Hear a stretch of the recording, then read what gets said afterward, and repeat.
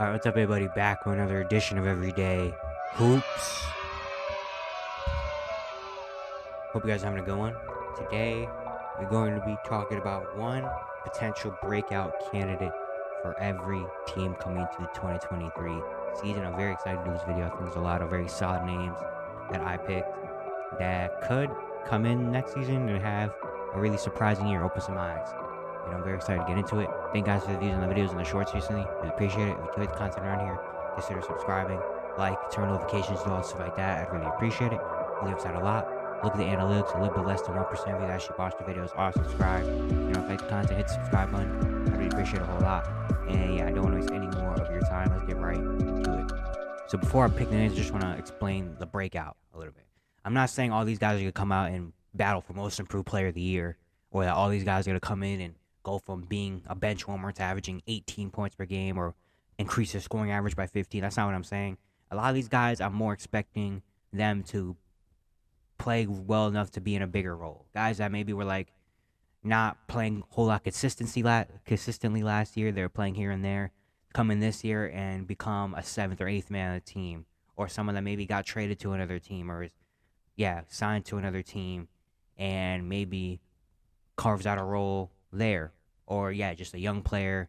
Some of these guys are players I think maybe could actually win the most improved player of the year award, but a lot of these guys are people that maybe didn't have a consistent role, maybe had one role, and I think coming into this year can play a bigger role and maybe open some eyes a little bit more and become just more notable. So these are my picks. Pick one player for every team. It's kind of hard for a lot of these teams, but all right, let's get right into it. Starting with the Atlanta Hawks, my breakout candidate for them, I have Jalen Johnson. Jalen Johnson is coming into his third year in the NBA. He was a first-round pick for them back in 2021. Last year, he played in 70 games. Looked like he was pretty solid, averaging 5 points and 4 rebounds per game. But I think this year, coming into his third season, I'm expecting a bigger year from him. John Collins is gone now. That wing power forward position is kind of not vacant because they do have a lot of wings. They have guys like Sadiq Bey, DeAndre Hunter, and them.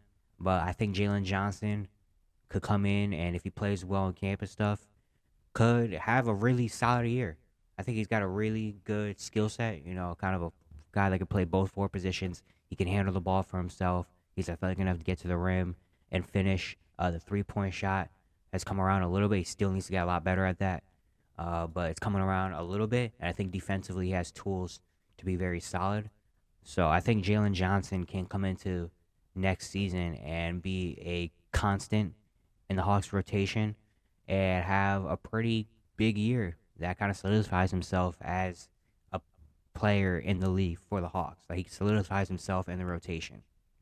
Now, for the Celtics, this is a very, very hard team to do because they don't really have a lot of young players I'm expecting to show out, or they don't have a lot of players that aren't, I don't know. It's just a weird team. A lot of these teams are very weird, so I had to go with some weird picks. For the Celtics, I picked O'Shea Brissett. They just signed him to a deal this free agency, a player option for next season. And the last few years he's been in Indiana. He's actually been a very solid player. In the last 3 years in Indiana, he's averaged 8 points, 4 rebounds per game in 153 games, shooting 41% from the field and 35% from three. He's a very solid wing that brings a lot of energy. He's only 6'7", but he plays like a power forward. He plays the power forward, small forward position. He can shoot the ball pretty solid. He hustles, gets in for rebounding. Defensively, I think he can play in a few different positions as well. And it just brings a lot of energy. And I think the Celtics can use guys like that, wings that could come off the bench and just, bring energy, playing on both ends. So I think if he could come into next season and be a consistent for the Celtics off the bench and be someone that maybe a lot of people don't know, but at the end of the year, they'd be like, oh yeah, O'Shea Brissett. He's like a really good role player. He could be a guy like that. For the Nets, to be honest, I really, really wanted to pick Ben Simmons, but I didn't go with him. I went instead with Dennis Smith Jr. He signed a one-year deal this year with the Brooklyn Nets. Last year, he was in Charlotte, came back into the league, and actually played pretty solid in his 54 games. And I think in Brooklyn, he can come in and be even better. He's someone that a lot of people know as, I think right now, being kind of a bust because a lot of people probably didn't watch the Charlotte Hornets last season, but Dennis Smith Jr. is actually pretty solid on both ends. So I think he come in, he'll be the backup for the Nets because I don't think they don't really have another backup point guard besides Spencer Dinwiddie. And so I think he's gonna be able to get consistent minutes, and I think he's gonna open a lot of eyes and be like, oh shoot, Dennis Smith Jr. is actually a very solid player. Defensively, get in there, just kind of the bulldog mentality on the defensive end and the offensive end as well. He can be a good ball handler, create for others, and be explosive getting to the rim. He's not a great shooter yet, still, but I think if he can just be good at as a ball handler and facilitator, and then defensively he can lock down the guard position, I think he can have a really consistent role in Brooklyn and open a lot of eyes for people. For the Hornets, I had a few names in mind that I was looking at, but ultimately I went with Kai Jones. Kai Jones was a first-round pick 2 years ago. So his first 2 years in the NBA, he has not really gotten a chance to show anything. Last year he played 46 games, where he was all right. His rookie year, he only played 21 games.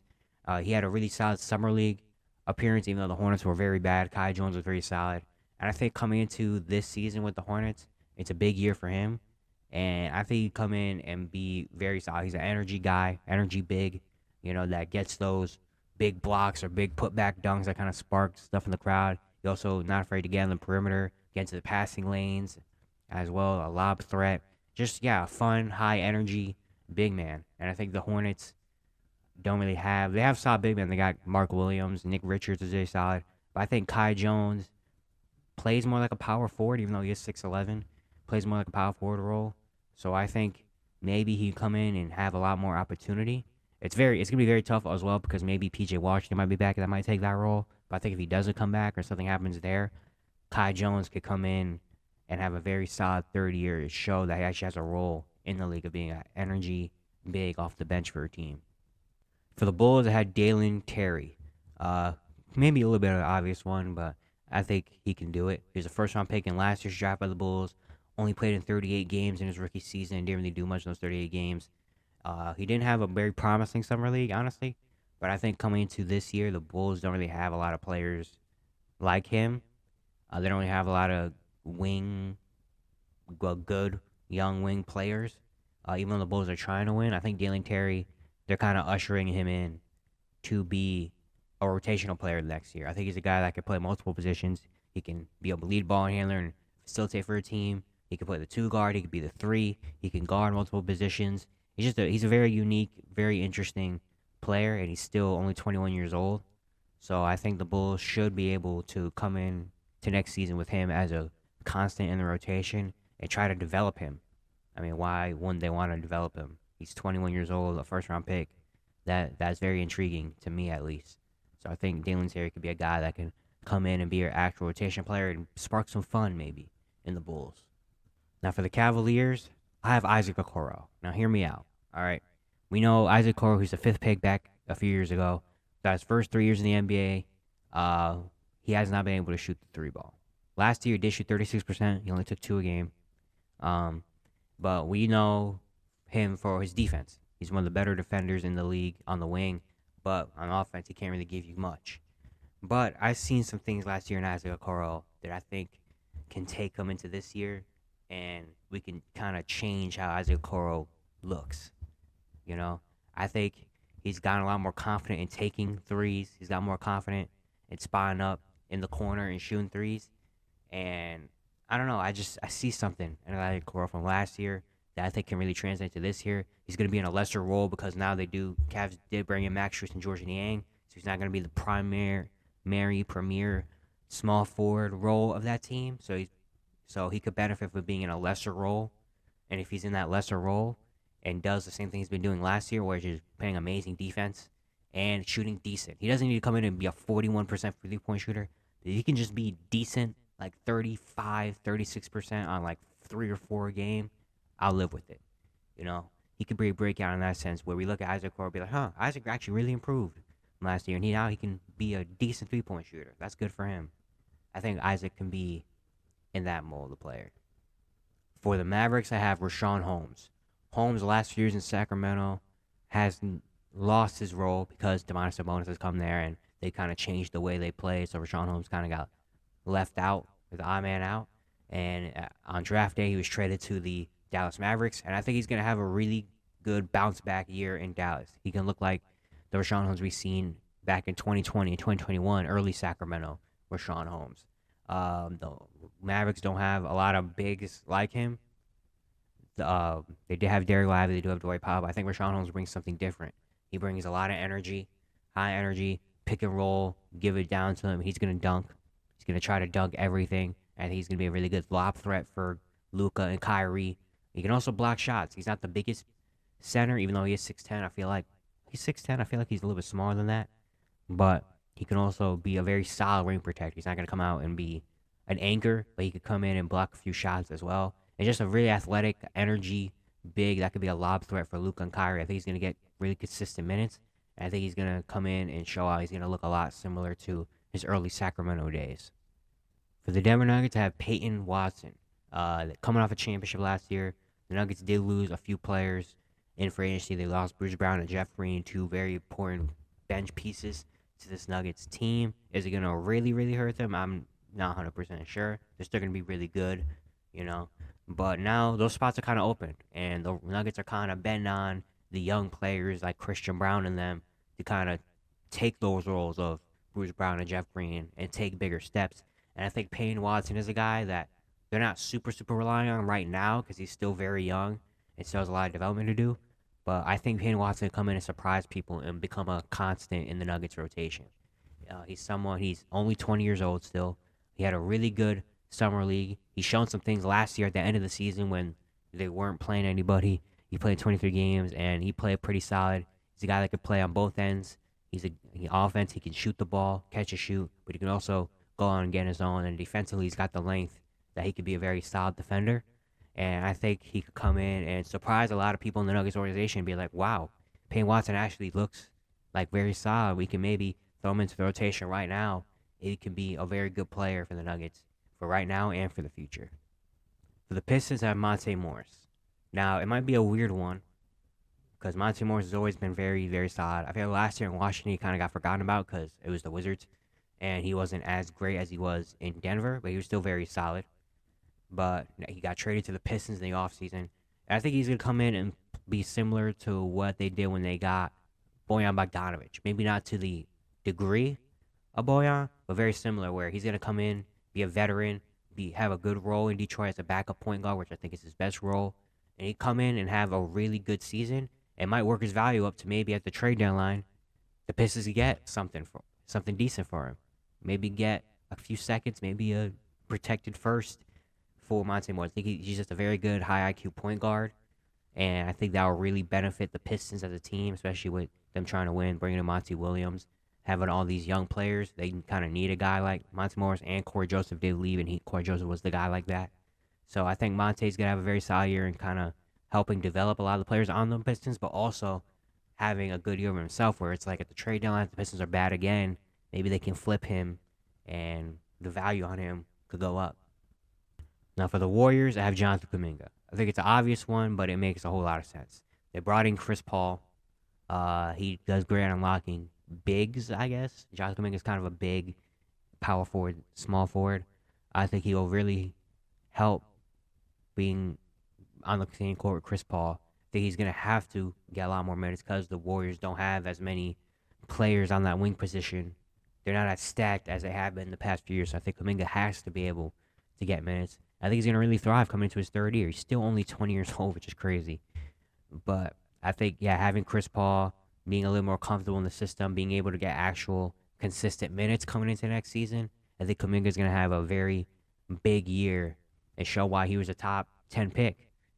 I know Warriors fans really want it, and I want it too because I feel like Kuminga can be very, very good. Now for the Rockets, there's a few people I thought of, but I ultimately picked Jalen Green. Now, the reason I did pick Jalen Green is not statistically. I mean, he averaged 22, 3, and 3 last year. I don't think that's going to go up. I think I'll go up, but I'm not saying he's going to come in and average like 29 or 28 points per game or something like that.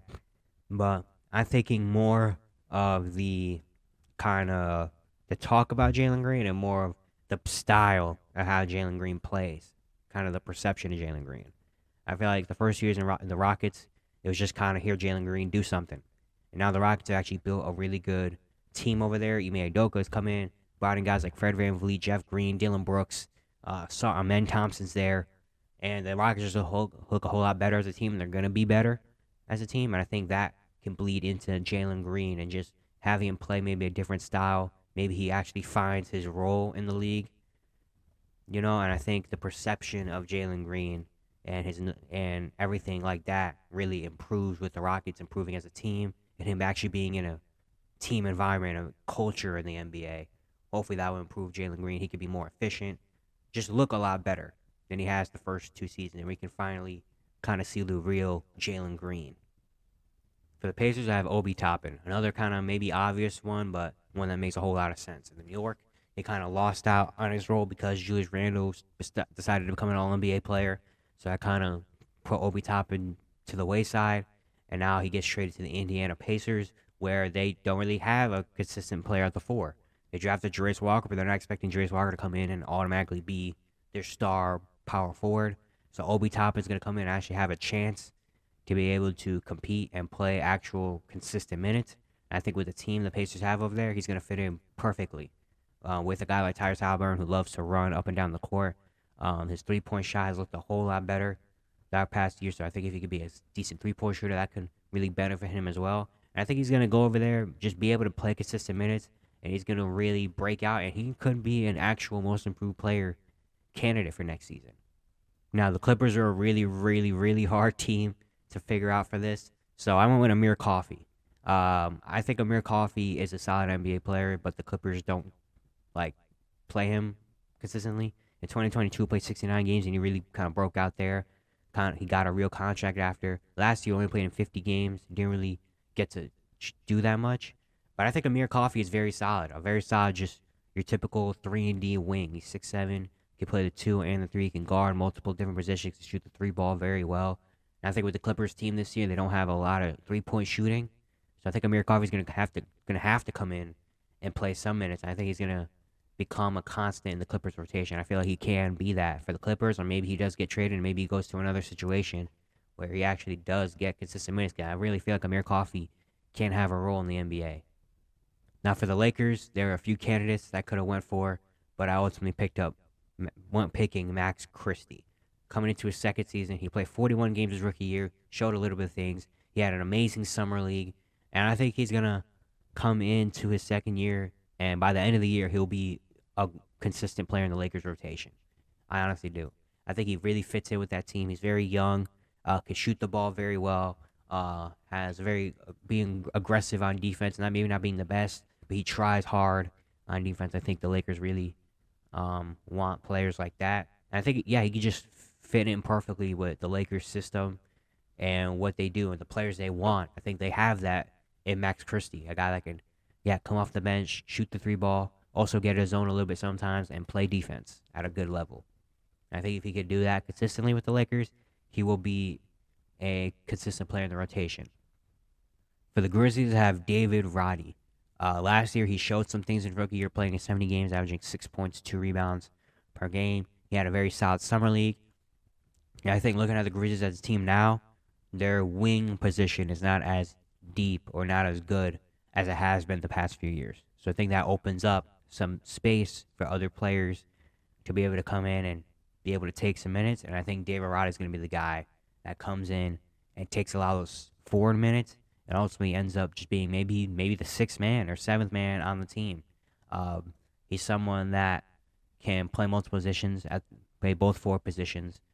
He has the body like that. The 3-point shot has really, really developed, and something I loved seeing his confidence and his shooting ability. Even though they didn't fall all the time, I think he's going to have a very solid year shooting the ball this year. And I think defensively he's going to be able to come in and play a really solid role. And I don't know, I just think David Roddy's going to come into his second year and have, I was going to say Desmond Bane year, but not a Desmond Bane year. But I think he's going to come in and open a lot of people's eyes and be like, wow, the Grizzlies have really good talent. David Roddy has looked really, really solid, really good for them. Now, the Miami Heat was probably the toughest team to do. So I tried so hard not to take rookies because I feel like it doesn't make sense. But I'm going with Jaime Jaquez just because I think a lot of people think Jaime Jaquez is going to be solid. But I would not be too surprised if Jaime Jaquez come into his rookie season with the Heat and maybe makes an all-rookie second team appearance. I just feel like he fits in so well with that Heat team. You know, he fits the culture. I think the Heat are going to put him in a very good position. The Heat always put players in the best position possible. So I think Jaime Jaquez is going to be put in a great position where he's not going to be asked to do too much. But when he does come in and play, he's going to outplay his role. You know, he fits that Heat culture so well. And the Heat don't have a lot of young players like him or depth like him. So I think I would not be surprised if Jaime Jaquez makes it all rookie second team this year and really opens my eyes, being like, oh wow, Jaime Jaquez actually is a really good. We thought he was going to be good in a few years, but he's good right away, right now. For the Bucks, I have Marjon Beauchamp, and no, this is not because he just dropped 83 points in a summer league pro-am game yesterday. It's not because of that. If you would have asked me this 2 weeks ago, I would have said Marjon Beauchamp as well. I think he's a perfect player for the Milwaukee Bucks. I think he should be a consistent player and should actually get minutes in the rotation this season. I think he's a perfect player for the Bucks. He's got that mentality and like kind of mindset for the Bucks that I think really fits that team. I think he's a really solid 3-point shooter that can also go in and get his own. He's not going to be asked to get his own a lot because obviously, but I think if he just is a decent shooter for the Bucks this year, and defensively, I think he can be very solid as well in guarding multiple different positions.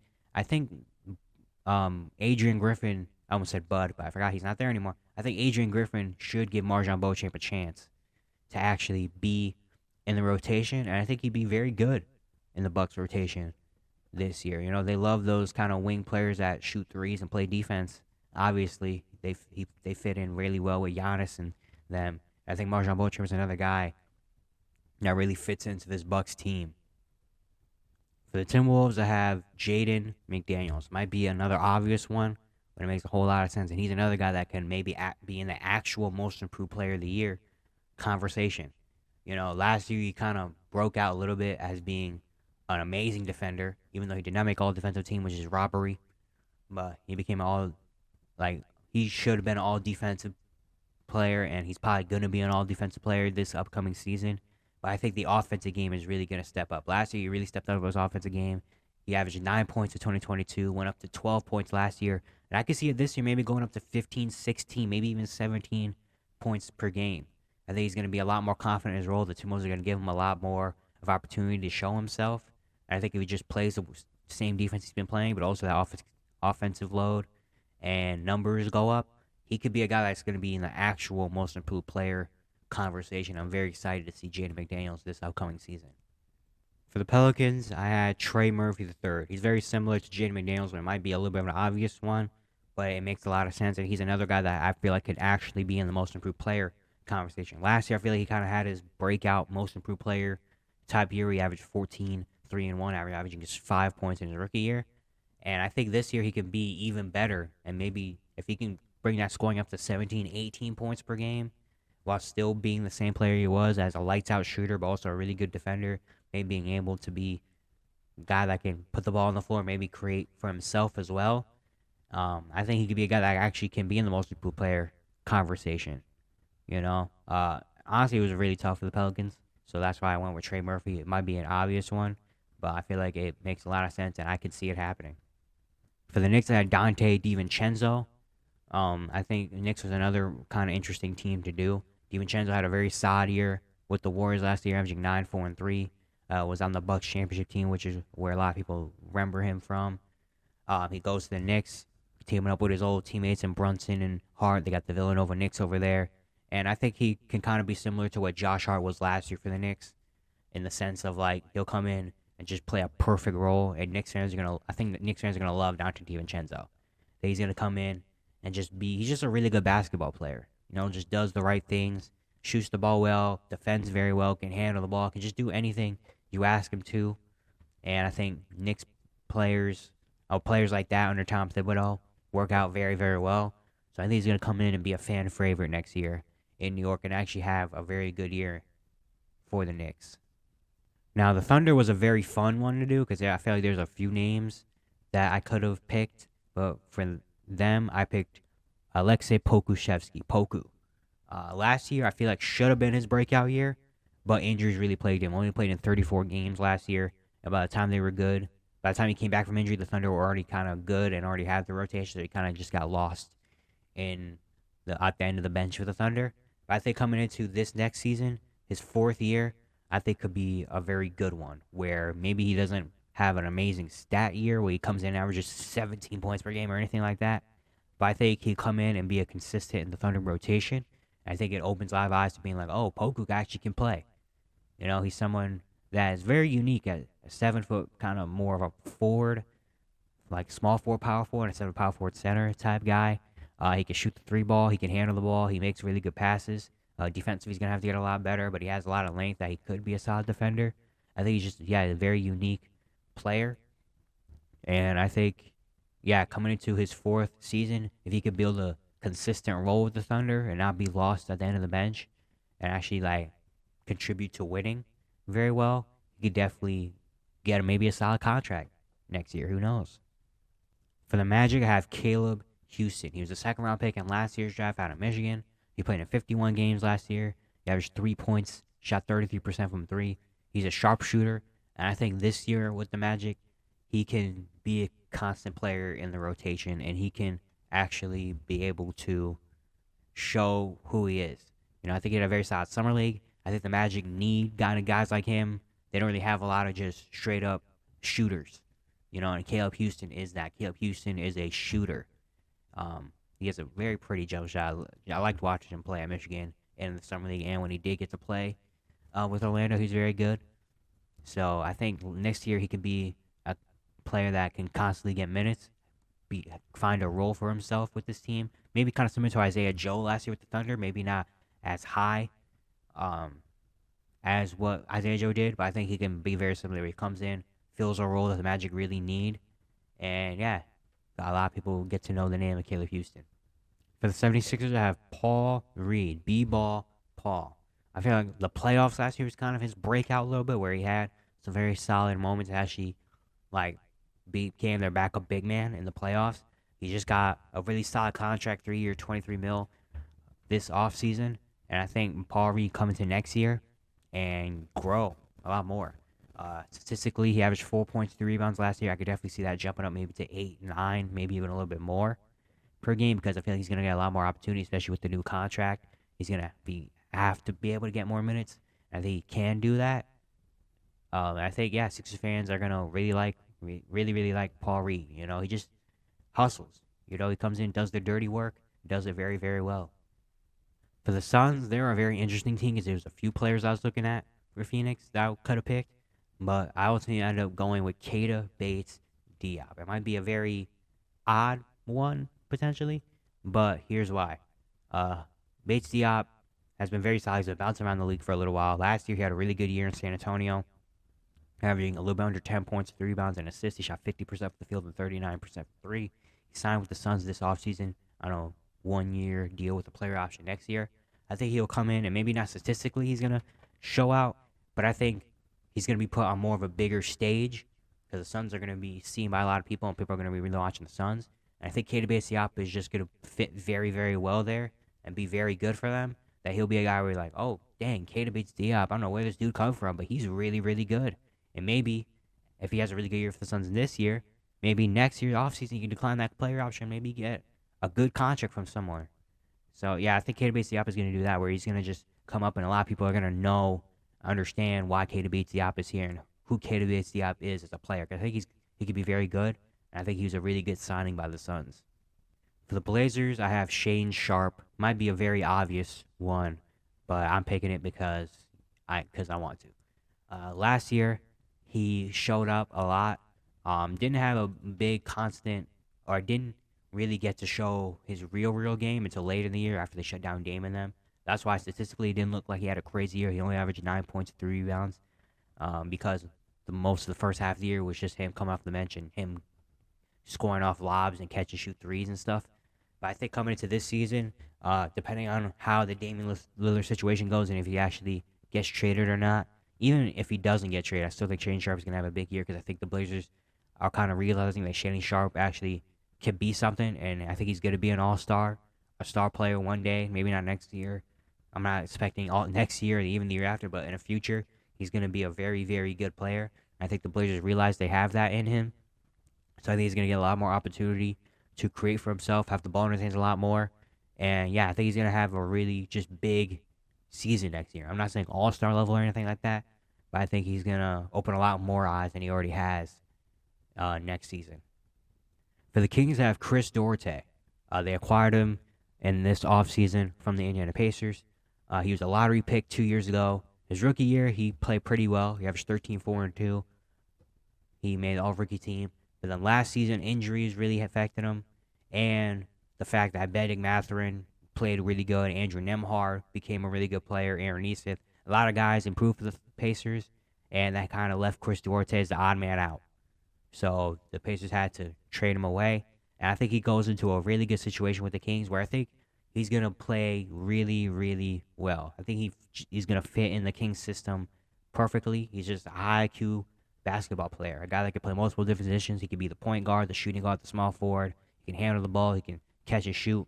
He can guard multiple positions. He can do a lot of different things. And I think he's going to come in and just fit the Kings system great. And going to be a guy to be like, dang, how do we let the Kings get this dude, you know? For the Spurs, I'm going with Malachi Branham. I've talked a lot about Malachi Branham on this channel. I feel like every time the Spurs get mentioned and players like this get mentioned, I talk about Malachi Branham. I feel like I'm becoming more of a Malachi Branham fanatic as time goes on. So, I'm going to embrace it. But no, really, I think Malachi Branham's going to have a really good year next year. He played last year 66 games in his rookie year. He averaged 10 points per game. He had a really, really good summer league. He had a really good month last year in February where he played really, really well. And I think the Spurs don't really have a lot of players like him. Twos that can score the ball because he can get buckets, but also be a ball handler. So I think he's going to get consistent minutes with the Spurs next year. Last year, he didn't really get consistent minutes until like late December, early January. Is when he really started to actually be able to play. So I think he's going to get a lot more opportunity next year, a lot more minutes, and a lot more times to showcase, who he is as a player. And I'm really excited to watch Malachi Branham next year because I feel like he's going to be very, very good in the future. He's going to have a really good NBA career, and I think next year is going to be a very good year for him. For the Raptors, I have Malachi Flynn. Though his first 3 years in the NBA, he has not really gotten a whole lot of opportunity to show himself and play. He was a former first-round pick back in 2020 by Toronto. But I think this year could be the year where he actually becomes a constant in the rotation, finds himself some minutes, and actually is effective and shows a role he could play in the NBA. The Raptors, Fred VanVleet's gone. Dennis Schroeder is in there now. And I think the Raptors, they have a new coach. Maybe a new system is coming. We don't know what the Raptors' future is going to look like with the whole Pascal thing and everything. So I think Malachi Flynn, if he plays well in training camps and stuff, he could become their good backup point guard and actually be able to get consistent minutes. And I think he could be very solid in those. He's a guy that can score the ball very well, from a lot of different areas, but also be a facilitator as well. So I'm very interested to see if Malachi Flynn actually becomes a player in the Raptors rotation next year. For the Jazz, I have Ochai Agbaji. He's kind of similar to Malachi Branham, why I picked him. Last year, he didn't really get a lot of opportunity to play until like January, later in the year. He only played in 59 games last year, his rookie year, but he showed a lot of things. I think he had a very good summer league as well. I think he's going to come in next year, be able to get more opportunity, more minutes from the get-go. I think he's going to be just a very, very good player for the Jazz. He's someone that really fits in their system. He could play in a system, shoot the three, can get to the rim, and be a good defender. If he could just shoot threes at a good clip and be a good defender, he's going to be in the league for a long time. And I think Ochai Agbaji is going to be in the league for a long time because he can do those things. I think next year is going to be a very big year for him and for the Jazz, and for the Jazz to see like, oh shoot, we actually have a really good player in Ochai. He should be able to get consistent minutes and maybe be even like their sixth man or something. Now, finally, we have the Wizards. Now, there's a few players that I could have picked, but I ultimately ended up going with Deni Avdija. Deni, that his first 2 years in the NBA, was solid. Wasn't really anything special as a number 9 overall pick, but he was solid. Last year, he showed a lot of things. When Riyad Jamar got traded, he got put into a little bit bigger role and did a lot better. Now, with Bradley Beal, Porzingis gone, A lot of things are opened up in Washington. They're going through a rebuild, and I think Danny Avdija is going to be kind of not prioritized, but he's going to have a lot more opportunity to show himself and show the different things he can do. We already know about his defense; he's very good there. But I think his offensive game is going to be a whole lot better next year. I could see him maybe being an actual most improved player candidate if his numbers jump up. Last year he averaged 9, 6, and 2, shot 43% from the field, 29% from three. Those numbers can jump up. I can see those numbers jumping up to maybe 14, 15 points per game, maybe like 7 rebounds, 3 assists, 4 assists. Those shooting percentages going up. I think if he can do that, he could be an actual most improved player candidate. It could be a player that the Wizards kind of see and be like, oh shoot, this guy Denny's actually like should stay around. He's still only 22 years old. You know, he's coming into a big year with contract extensions and stuff like that. So yeah, I think Danny Avdija can be a sneaky most improved player guy. But yeah, that's it for today. Hope you guys enjoyed. Once again, if you enjoyed the content, consider subscribing, like, turn notifications to all stuff like that. I'd really appreciate it. Really upset a lot.